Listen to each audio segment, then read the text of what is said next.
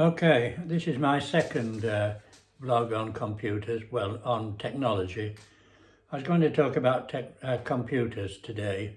I remember we did have little computers at home, Amstrads and things like that, which didn't work very well. Well, sorry to the people who invented them.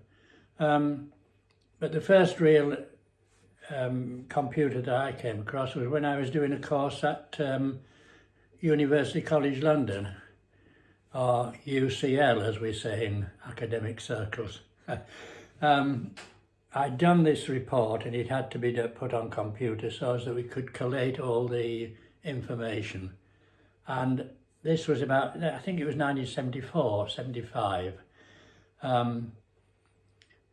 I know that I had to code all the information in some way, and then it had to be put onto punch cards, which I delivered to an office, and so they've been going through this system, terribly noisy. And then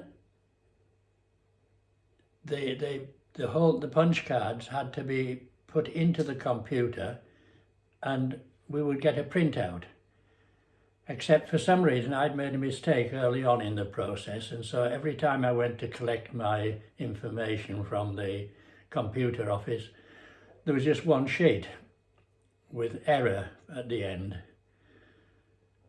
Eventually, after 2 or 3 visits, I did get it right, and there was a great pile of paper, all sort of folded up concertina-wise. You remember, sort of with dots with holes all down the side. And there it was. Brilliant. But it took so long. And of course those computers were just really glorified collators, printers, calculating machines. There was no internet. We got them at college as well later on at work. And again, if we wanted to do something, we'd got to make up our own package. We'd got to do our own programming. And then, of course, later on, the packages came in and there was all sort of fantastic stuff. But the big thing was when we got the internet. I suppose that was in, what, late 80s, 90s? I don't know, I've forgotten. But that was great. Lots of people were very worried about it, about the security, and probably quite right. But okay, that was computers. Just a bit about televisions. The first television set I ever saw, because we lived up in the north and the only broadcasting station at the time was Alexandra Palace, which was miles away. And unless you were facing the right way and halfway up a mountain, you didn't get a signal. Queen's coronation in 1973, that was the thing that really started off the popularity of televisions. Everybody wanted one.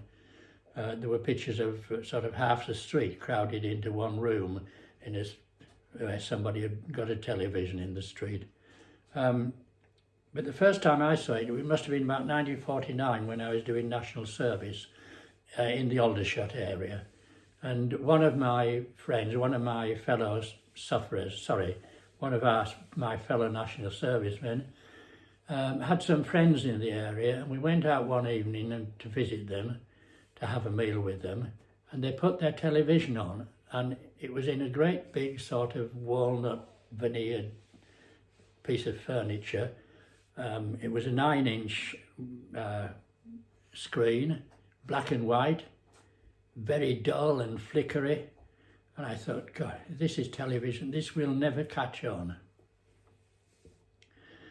When we got one, when we were living in Epping, we got one, and our first television we got from Radio Rentals, because in those days televisions was going wrong so often that it was just better to rent them, and then the man could come out in his van and sort it out.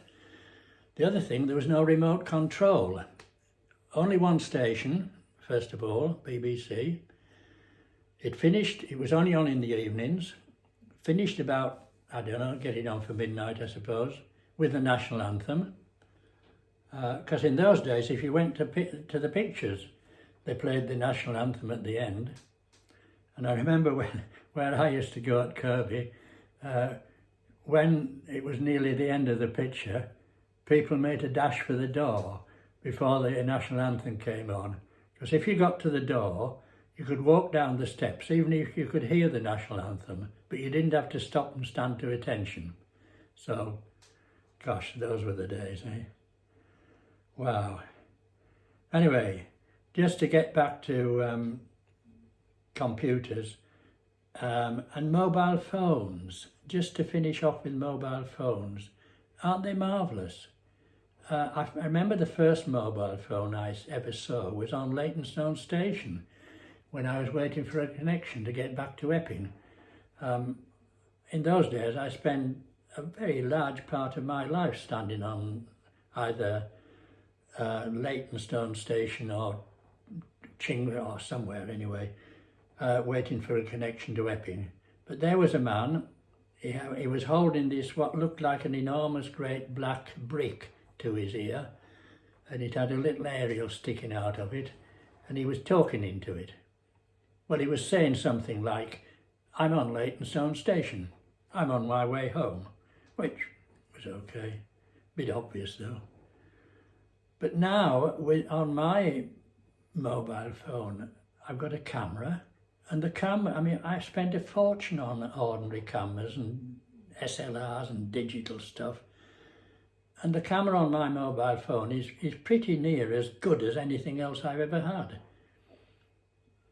There's a torch, there's a calculator, there's a computer, I can play music, I've got an app, and I can point the mobile phone up to the sky at night and it tells me what the stars are. It'll tell me what the weather is. And I went to a funeral in Belfast on Zoom. So, and the other thing, the television, just to go back for a minute to the television we have, I know it's sort of 40-odd inch screen, it's enormous, but the definition is so marvellous compared with the original ones. So what next?